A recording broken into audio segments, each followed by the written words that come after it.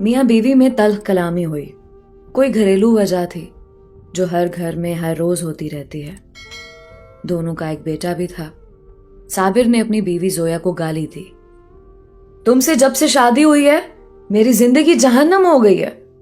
जोया भी चिल्ला कर बोली, तुमने मुझे इतना दर्द दिया है, मैं अब दुआ करती हूं मुझे मौत आ जाए। अब तुम्हारे साथ एक सांस भी नहीं ले सकती मैं। झगड़ा किसी बड़ी बात पे नहीं था। 4 साल का बेटा माँ बाप को झगड़ते देख रहा था। बेटा बहुत परेशान था। कभी माँ का हाथ पकड़ता तो कभी बाप का।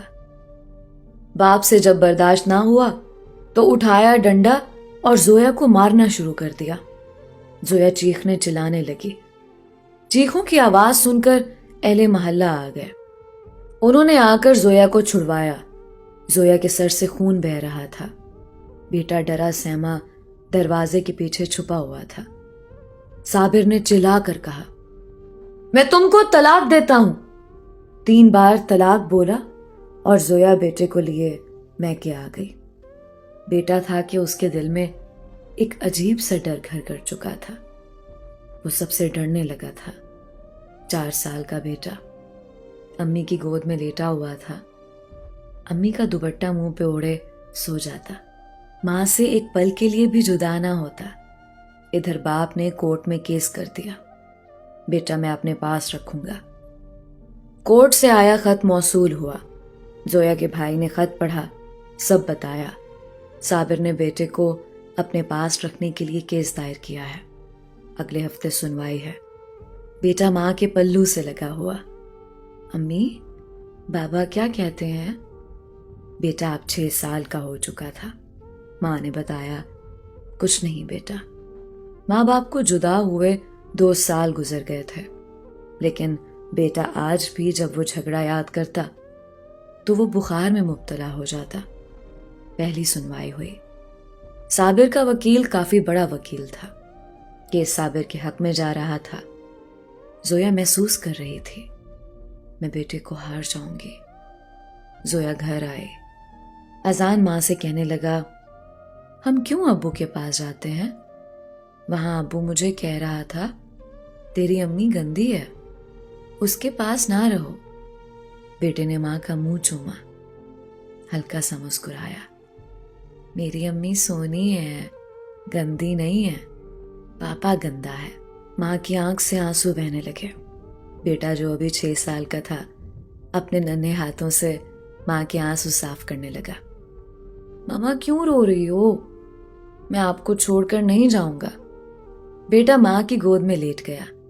इतने में जोया का भाई आया। जोया की तरफ देखकर बोला, हम केस हार जाएंगे। अजान को उसके बाप के हवाले करना पड़ेगा। उसका वकील बहुत बड़ा वकील है। जोया खामोश हो गई। बेटे का मुंह चूमने लगी। कभी पांव चूमती, कभी हाथ, कभी सर। अजान सोया हुआ था। जोया ने जोर से सीने से लगाया और रात भर रोती रही। अजान ने दुकान से आइसक्रीम ली और फ्रिज में रखी। नानी से कहने लगा, नानो मैं आकर खाऊंगा। माँ ने अजान के चेहरे को हाथों में भरा और आहिस्ता से बोली, अजान बेटा, मामा साथ ना भी हुई तो खाना टाइम पर खाया करना, जिद ना किया करना और दुकान की गंदी चीजें ना खाया करना। रोज दांत को ब्रश किया करना। मामा तुमको रोज देखा करेंगी यहाँ से। बेटा नहीं समझ पा रहा था मामा ऐसी बातें क्यों कर रही है। माँ ने हाथ पांव चूमे। आज फाइनल सुनवाई थी अदालत में। जोया बेटे को गोद में लिए बैठी हुई थी। दिल जोर जोर से धड़क रहा था। ख्याल यही था, काश मैं बर्दाश्त कर लेती, आज बेटे से जुदा ना होती, बेटे की खातिर खामोश रहती। इधर कार्रवाई शुरू हुई। जज साहब ने लिखा फैसला सुनाया। तमाम दलील सुनने के बाद हम इस नतीजे पर पहुंचे हैं कि बेटा अपने बाप के साथ रहेगा। फैसला सुनते ही मां का कलेजा फट गया। मां बेहोश होकर गिर गई। बाप आगे बढ़ा, बेटे को उठा लिया। بیٹا باپ کے پاس نہیں جانا چاہتا تھا. بیٹا چیخ چیخ کر رونے لگا. مجھے ماما پاس جانا ہے, مجھے ماما پاس جانا ہے, چھوڑو مجھے.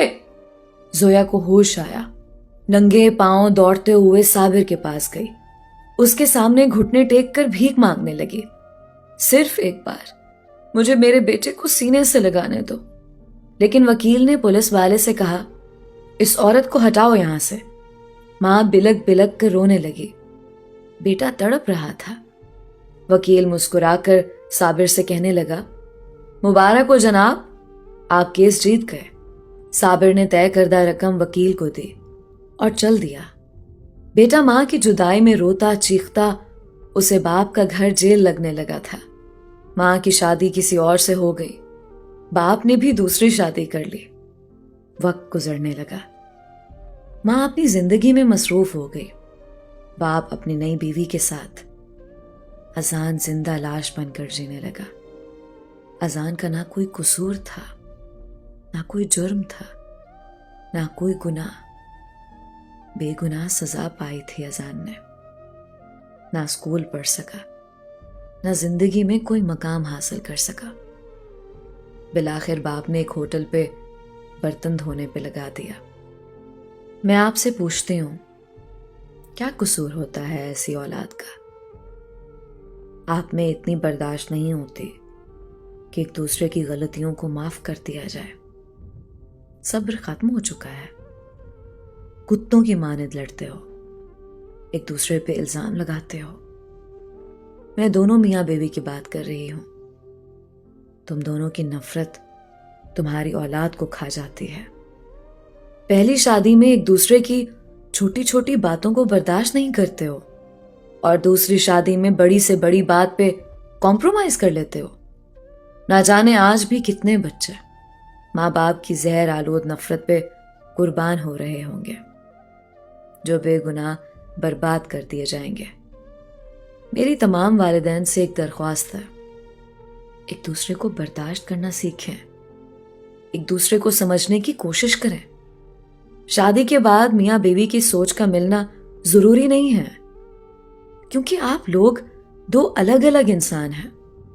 الگ سوچ ہے, الگ خواہشات ہیں. نکاح کا مقصد ہی دو الگ انسانوں کو یکجان کرنا ہے. طلاق ہی ہر مسئلے کا حل نہیں ہے. آخرکار دوسری شادی ناکام کیوں نہیں ہوتی؟ اس کی وجہ کیا ہو سکتی ہے؟ تو میں بتاتی ہوں آپ کو.